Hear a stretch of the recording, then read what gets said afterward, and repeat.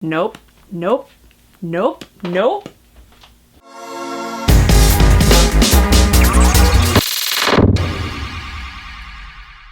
Hey, what's up nerds? Steph here, and today I am reviewing Under the Shadow, a fantastic horror movie that I am so happy exists. I feel like it's been so long since I've seen a really good horror movie, like a new horror movie that was good. It's been forever. The only thing I can really think of is Ex Machina, and I don't even know if you would call that horror. It was more like a sci-fi thriller, but I really just can't think of any good horror movies that have come out in the past few years. But Under the Shadow just blew my mind. This movie is terrifying, it's unpredictable, it's so interesting, it's fantastic. The film is set in Tehran, which is a city in Iran, and we follow this character named Shida.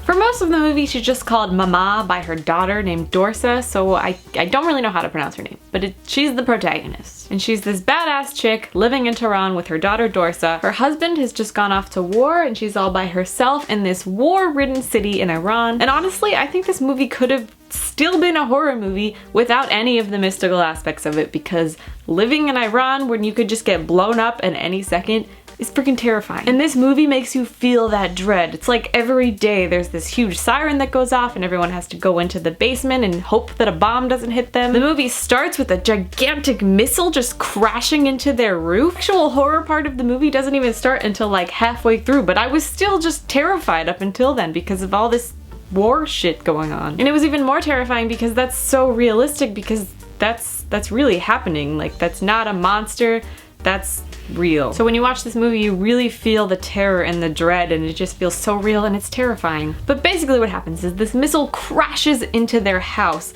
and they believe that some mysterious curse, and they believe that some mysterious ancient Middle Eastern being has traveled with this missile and is now in their house haunting them. Now, this malevolent Middle Eastern spirit is called a jinn. Jinn are supernatural creatures found in Arabian and Islamic mythology. It's kinda like a really, really creepy genie. And when the jinn comes to the house, it basically tries to haunt and possess Dorsa and her mother, and it is not fun. But what's so terrifying about it is that you never really see it. It's kind of like traveling with the wind. It's just this spirit that exists and you don't see it. Sometimes it appears in different forms. It's not like one monster looking thing. It comes and goes in all different shapes, and it's super, super creepy. And it's especially creepy because you have absolutely no idea what it can do, what it will do, what it wants to do, why it's here, where it is, if it's even there at all, and there's so many questions, and the whole time I was just freaking out. I was freaking out. It's not... Nope. And it's so frustrating to watch because everyone in their apartment building has left. They've all cleared out. They're like, fuck this, I'm out. But for some reason, they decide to stay.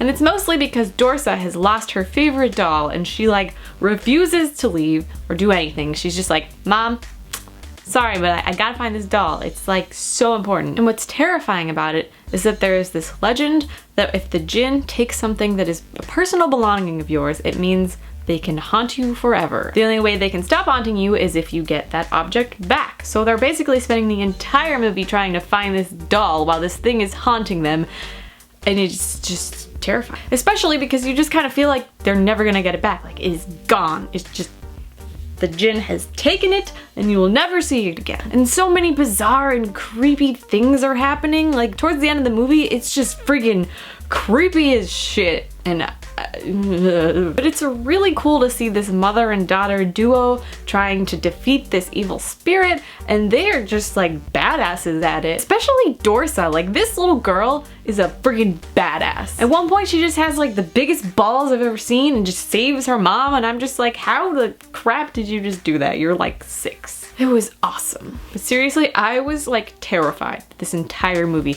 And yes, it does have some jump scares, which usually I'm not a big fan of in horror movies, but I can justify these jump scares. Like, these were genuinely terrifying jump scares. And not because it was just like something randomly happened and was like, ah. It was like you were already scared because of all the tension and you just have no idea what's going on, and just the unpredictability of this entire movie is what makes it so scary. So the jump scares kind of fit in with everything and they made sense and they were okay. I was okay with them. They weren't tacky at all. They were really well done. And there were only like 3 of them, so like, Good job. Yeah, Under the Shadow, one of the best horror movies I've seen in a really long time. I definitely recommend go seeing it, even if you're not into the whole foreign movie thing, because this movie is in all subtitles. And I mean, that's horrifying enough. Like, I'm just sitting there like, I can't read the rest of the sentence. It's going too fast. I don't know what's happening. Ah! So, you know, having to read is scary enough. But seriously, just step outside your comfort zone, take a risk, go see this movie. It's freaking phenomenal. You know what? I like this movie so much, I'm gonna give it a 5 out of 5. Under the Shadow, did you see it? Let me know in the comments below what you thought about it. Be sure to like, comment, subscribe, and share this video, and until next time, I'm Steph Koza. Thank you for watching. This is Rated N.